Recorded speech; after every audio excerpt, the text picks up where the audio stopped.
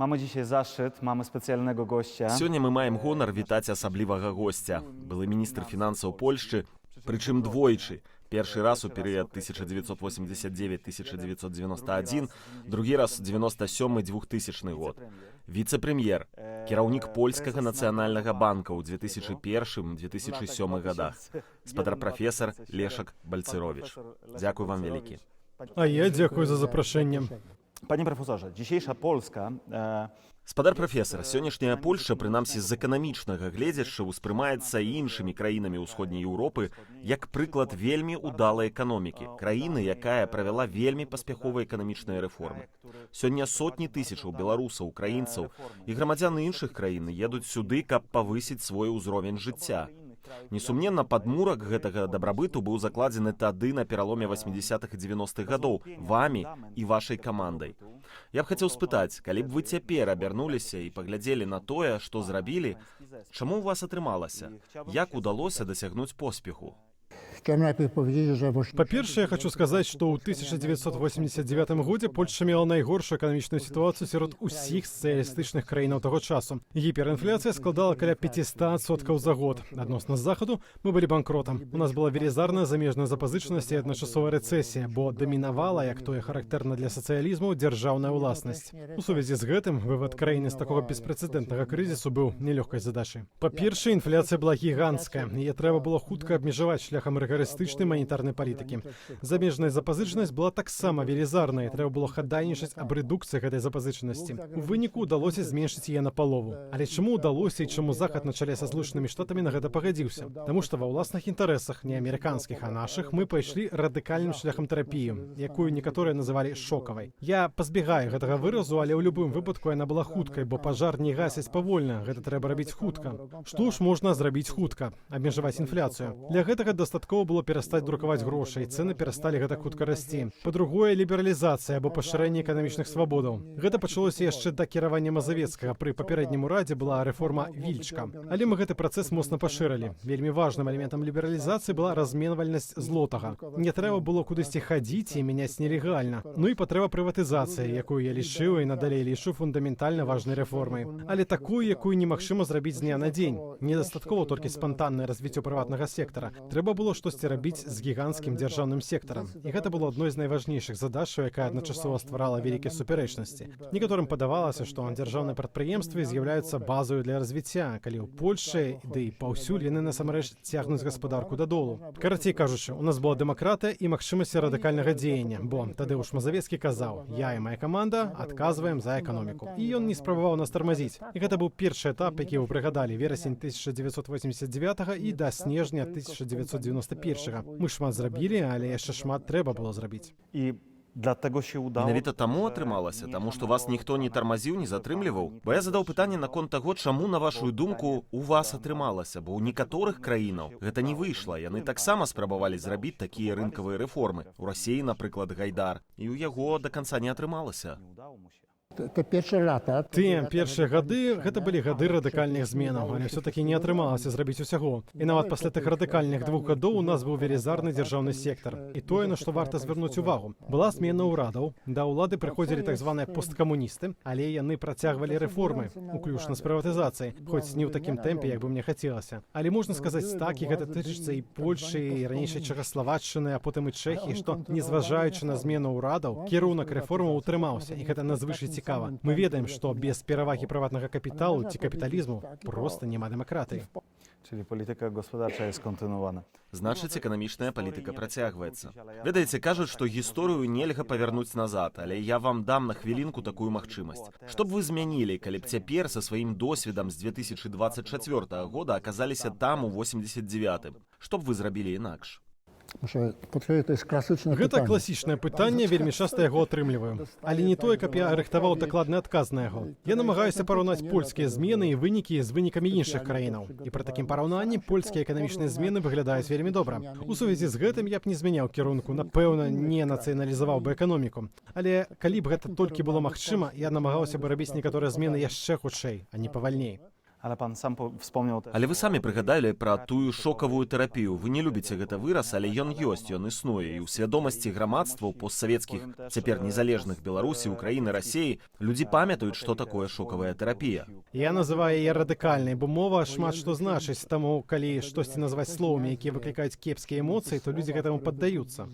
Але гэтая дэфініцыя выкарыстоўваецца такімі людзьмі, як Лукашенко, Пуцін, праціўнікамі гэтых рэформаў. Менавіта, таму што яна лічыць, што калі выкарыстаюць такі эпітэт шокавае, то людзі будуць баяцца. Boją się. Баяцца. Але гэта мэтанакіраваная прапаганда, і таму я асабіста ніколі рэалізуючы шокавую тэрапію не называў яе шокавай, толькі радыкальнай.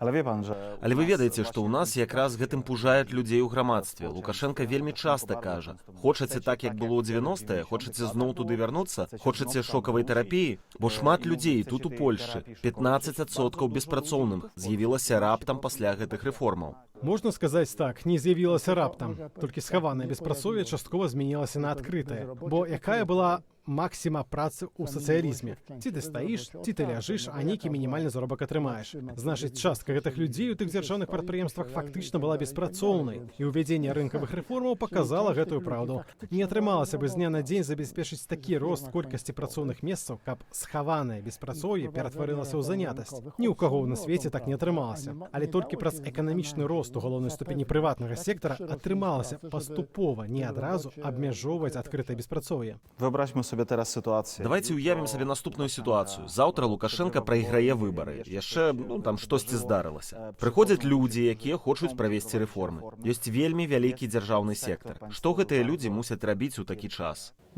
Nie utrzymywać go na dłuższy. Не ўтрымліваць яго доўгі час, бо гэта баласт. Я не ведаю краіны ў свеце, у якой бы дзяржаўныя кампаніі рабілі бы пазітыўны ўнёсак у развіццё. І яны ўтрымліваюцца на паверхні, як я казаў, галоўным чынам таму, што не маюць канкурэнцыі. І трэба ўвядзенне знешняй канкурэнцыі з імпарту і ўнутранай у тых сферах, дзе існуюць манаполіі. Адна з першых рэчаў гэта дэманапалізацыя эканомікі. Ні адна дзяржаўная палітыка і рэгуляцыя не заменіць рынкавую канкурэнцыю. I teraz pan to powiedział... Вось вы гэта сказалі, і я ўжо бачу, як нашы гледачы, якія працуюць на такіх заводах, кажуць: «О, не хочам ужо ніякіх зменаў». Бо якая тады для іх прапанова ў такім выпадку? Калі трэба рэформы, у нейкі момант той, хто прыходзіць і вырашае, што гэта не канкурэнтна, гэты завод не патрэбны, мусіць быць змененая, каб жыць лепей. Дык якая прапанова для тых людзей, для дзясяткаў тысячаў, якія працуюць на такіх прадпрыемствах?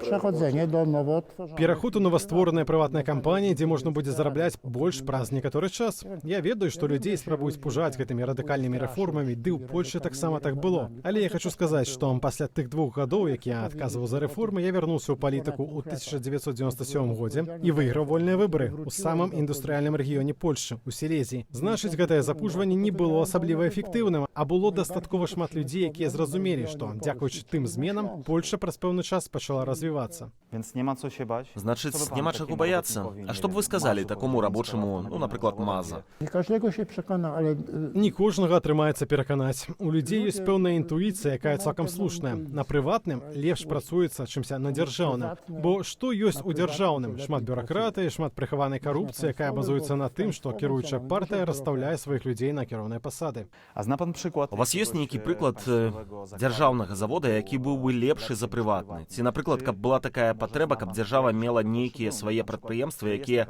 нельга прыватызаваць ці аддаваць? wie pan, gdzie nie ma własności. Ведаеце, дзе няма дзяржаўнай уласнасці? Да прыкладу, ў ЗША. Гэта вялізная краіна з магутнай гаспадаркай. Дзе яшчэ? У краінах Балты, я правяраў, і яны развіваюцца куды лепей, чым Беларусь. У гэтай сувязі моцная эканоміка не патрабуе кампаніі, якімі кіруюць палітыкі. Насупраць, калі эканоміка мае быць моцнай і развівацца, то трэба ліквідаваць уладу палітыкаў над кампаніямі. Няхай яны засярожваюцца на іншых рэчах, хай змагаюцца з галасы выбаршчыкаў за кошт лепшых праграмаў. А не бывае так, што гэтыя кампаніі пасля робяцца настолькі моцнымі, што пачынаюць кіраваць палітыкамі? А вось для гэтага ёсць антыманапольная служба. Адной з першых рэчаў, якія мы зрабілі ў Польшчы ў часе першага дэмакратычнага ўраду, было стварэнне моцнага антыманапольнага органа, які эфектыўна сачыў за тым, каб ніякая кампанія не атрымала дамінуючай манапалістычнай пазіцыі. І гэта неабходна, на маю думку, у капіталізме таксама. Нейкая пэўная рэгуляцыя і абмежаванні. Сачэнне за тым, ці няма парушэння канкурэнцыі, і калі так, то трэба дэманапалізаваць. Ja bardzo często słyszę, że Я вельмі часта чую, што краіны, якія не прайшлі праз рэформы ў 90-х альбо не скончылі гэтыя рэформы, Беларусь, Малдова, Украіна, могуць сёння ўзяць, за прыклад, досвед Польшы. Досвед пазітыўны, бо мы бачым, як жывецца тут цяпер і як жывецца ў нас. Бо гэта ж не палякі едуць у Беларусь, каб падвысіць свой узровень жыцця. Ці далей у тых рэформах, якія вырабілі ў Польшы, можна знайсці нешта, што прыдалося б нам сёння. To są pewne uniwersalne rzeczy. Там ёсць пэўная універсальная рэч. Па-першае, сацыялізм заўжды прайграе. Дзяржаўная ўласнасць заўсёды тармозіць развіццё і робіць немагчымай дэмакратыю. У сувязі з гэтым прыватызацыя эканомікі альбо павелічэнне ўдзелу прыватнай уласнасці праз стварэнне новых прадпрыемстваў і прыватызацыю дзяржаўных ёсць абсалютна найважнейшай рэформай, як эканамічнай, гэтак і дэмакратычнай, бо дэмакратыя патрабуе капіталізму. jak pan patrzy w... Калі вы глядзіце ў тыя дадзеныя па Беларусі, бо бачу, вы іх раздрукавалі, прынеслі з сабой, гэта беларуская статыстыка. Што вы там бачыце ў дадзены момант? Гэта дадзеная з сусветнага банку, таму няхай яны бяруць на сябе адказнасць. І гэта 20-й год, але да гэтага часу змянілася нешмат. Наколькі ж вырасла эканоміка ў параўнанні з 89-м годам? Польша тут лідар, амаль 300% ад таго, што было ў 89-м. Потым ідуць Літва, Словаччына, Эстонія, Латвія, краіны Балты, Арменія, і вось мы трапляем на Беларусь. Прыводжу дадзеныя 199% ад таго, што было ў 1989 годзе. Czyli nieźle, czyli... То бок не кепска. Гэта значыць, тая ваша тэорыя, што патрэбная дэмакратызацыя і прыватызацыя, каб было добра, не зусім трапная, ці як? Яшчэ раз, капіталізм неабходная, але недастатковая ўмова дэмакратычных выбараў. Былі такія перыяды, напрыклад, у Чылі пры Піначэце, калі быў капіталізм, але была дыктатура, як і ў Іспаніі ў часы Франка. То бок, без капіталізму няма дэмакратыі, але можа быць капіталізм без дэмакратыі. Гэта першае. Па-другое, з тых дадзеных, якія я выбраў, вынікае, што ў Беларусі дзяржаўная ўласнасць складае каля 32%, то бок яе меншасць, хаця гэта ўсё яшчэ зашмат. У Польшы я таксама зашмат, але на палову менш. No tak, ale Але як бы вы гэта пракаментавалі? Значыць, у недэмакратыі з вялікім дзяржаўным сектарам можа таксама быць рост у 200%? Ale nie dominujący. Але не дамінуючым, бо я абапіраюся на тое, што тут бачу і паўтараю. Дзяржаўная ўласнасць у Беларусі, паводле дадзеных сусветнага банку, складае каля 30%. Значыць, на 70% гэта не дзяржаўная ўласнасць. tu sekret też może być w... Сакрэт таксама можа быць у падтрымцы Расіі. Шматлікія эканамісты і палітычныя назіральнікі кажуць, што Расія на працягу гэтых 30 гадоў падтрымала Беларусь на суму каля $100 мільярдаў праз розныя праграмы. Czyli premia za wierność. То бок прэмія за вернасць Пуціну. Premia za wierność. Ale daje się zbudować. Але атрымліваецца пабудаваць нейкую такую мадэль, утрымаць з людзьмі своеасаблівы сацыяльны кантракт, каб не было нейкіх выбухаў, рэвалюцый. У параўнанні нават з Украінай у Беларусі ў 2004 ці 2008 годзе перад крызісам нават вельмі добра жылося, пакуль у адзін дзень курс даляра не вырас у 3 разы, з 3000 до 9000 рублёў. Druga różnica to jest... Розніца ў тым, што Лукашенко ўвёў дыктатуру. Гэта значыць элемент страху. А людская натура такая, што страх на некаторых дзейнічае. У адрозненне ад Украіны я не памятаю, каб ад 1991 года там была сістэматычная дыктатура. Там было шмат хаосу, але гэта была такая бурная дэмакратыя. Януковіч спрабаваў нешта там змяніць у кірунку дыктатуры, але на шчасце яму не ўдалося, і ён уцёк у Расію. Po COVID-zie, po rozpoczęciu wojny... Пасля ковіду і пачатку паўнамаштабнага ўварвання Расіі ва ўкраіну эканомікі Беларусі і Расіі растуць, што паказваюць лічбы. Ды яны хваляцца, што растуць таксама заробкі. Пры гэтым у еўразвязе інфляцыя, вельмі моцна выраслі цэны на паліва, на жытло і іншае. І такім чынам Пуцін і Лукашенко паказваюць: глядзіце, нашая мадэль лепшая. Нягледзячы на тое, што Захад выставіў супраць нас санкцыі, нашы эканомікі растуць. Людзі галасуюць нагамі. Найлепшым паказнікам эканамічнага становішча ў краіне ёсць іміграцыя ці эміграцыя, куды людзі кіруюцца. І, як я разумею, людзі з заходняй Еўропы штосьці не едуць у Расію ці да Лукашэнкі. Па-другое, я бы падыходзіў да статыстычных дадзеных крытычна, не сцвярджаю, што маю нейкія таемныя веды, але калі ёсць дыктатура, трэба ўважліва глядзець на статыстычныя дадзеныя тых краінаў, кіраўнікі якіх абвяшчаюць пра вялікі поспех. Па-другое, часам праходзіць пэўны час ад моманту, калі трывае няўдалая эканамічная палітыка, да моманту праяўлення яе вынікаў. Па-трэцяе, у Расіі цэны на нафту праз нейкі час маглі ў пэўнай ступені кампенсаваць кепскую эканамічную палітыку. Чарговы фактар гэта Кітай, хаўрузнік Расіі. Вялікая частка расійскага экспарту, якая ішла на захад, была перанакіравана ў Кітай. Mam pytanie, czy może tak być, że... Ці можа быць так, што ў першай фазе вайны праз тое, што ўключаецца прамысловасць, вуп краіны расце, але пазней у нейкі момант гэта заканчваецца? Po prostu to się to się skończy. Absolutnie ma pan rację. Так, ви маєте рацію, бо валовий продукт уключає так само витворчість кепських речей, таких як зброя. Нормальні люди зброю на сніданок не споживають, тому рост видатків на озброєння статистично розганяє ВУП за кошт людей. Wróćmy jeszcze na chwilę. Вернемся яшчэ на хвіліну да Беларусі, бо большасць нашых гледачоў менавіта з Беларусі, таму мы найбольш будзем гаварыць пра яе. Сёння праблема Беларусі ёсць не толькі дзяржаўны сектар, але і прыватны, які ўзбагаціўся праз тое, што знаходзіцца блізка ад Александра Лукашэнкі. Гэта сям'я, сябры сям'і. Лукашенко дзеліць гэты пірог і раздае людзям, якім давярае, так званым набліжаным да цела. Калі ў Беларусі адбудуцца змены, якім чынам можна вырашыць гэтую праблему? Бо тыя людзі будуць казаць, маўляў, мы разбагацелі, бо былі здольнымі і геніяльнымі бізнесоўцамі. Ці ёсць нейкі падобны прыклад? Popatrzyłbym na niektóre kraje. Я б паглядзеў на некаторыя краіны Лацінскай Амерыкі, дзе таксама не ўсюду, але на працягу некаторага часу была падобная сітуацыя.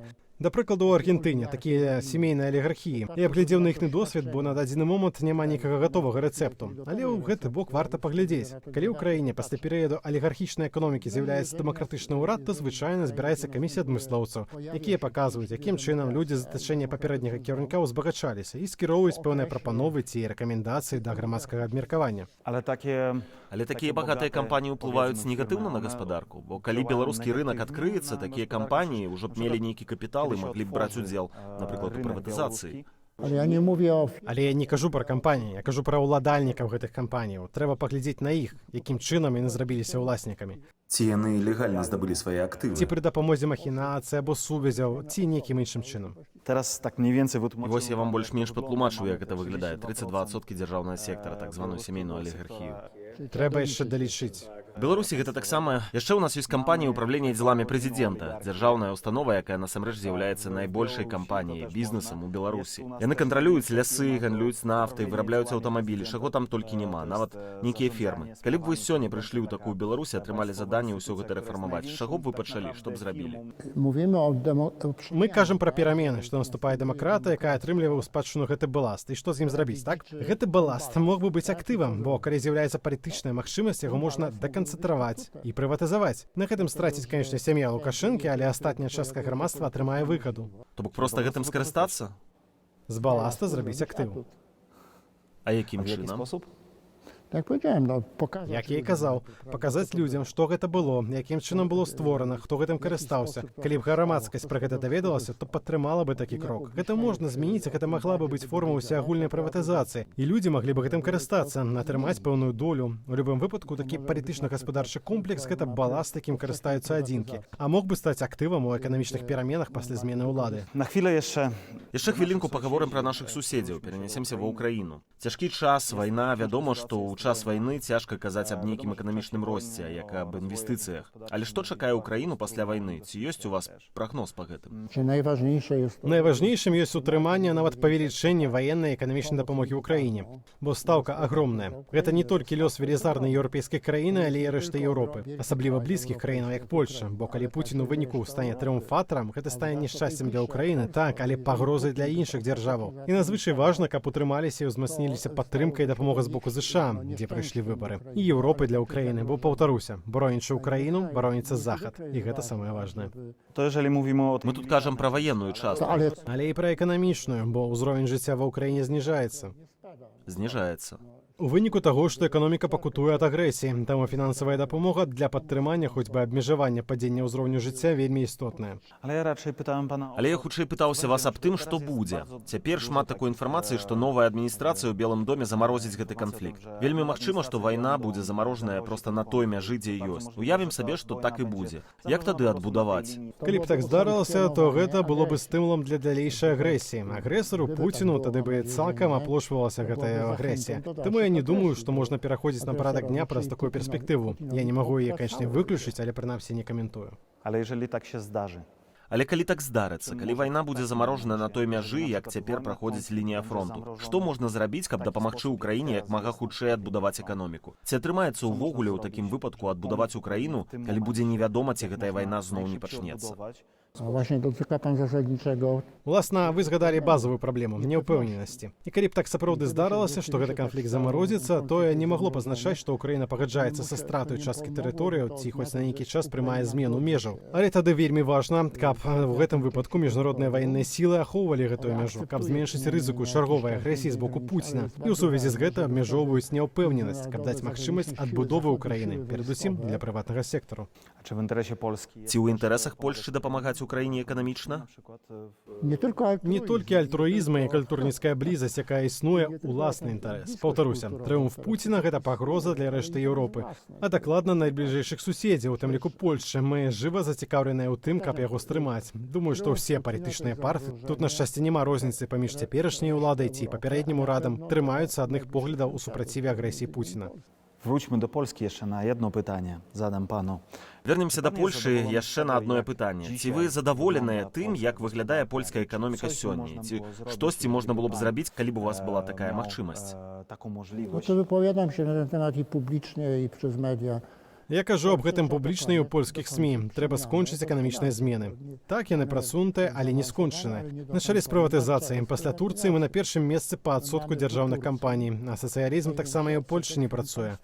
Я не разумею, чаму няма гэтых зменаў ад 2014-15 гадоў, бо гэта не рызыкоўна. Прынамсі, у выбарнікаў цяперашняй улады ёсць разуменне, што прыватная ўласнасць лепш за дзяржаўную. Таму я прыціскаю гэтыя змены настолькі, наколькі магу, уплываючы на грамадскае меркаванне. То бок, першая рэч — заканчэнне змены ўласнасці ў Польшы. Дэканцэнтрацыя, дэманапалізацыя там, дзе яна патрэбная.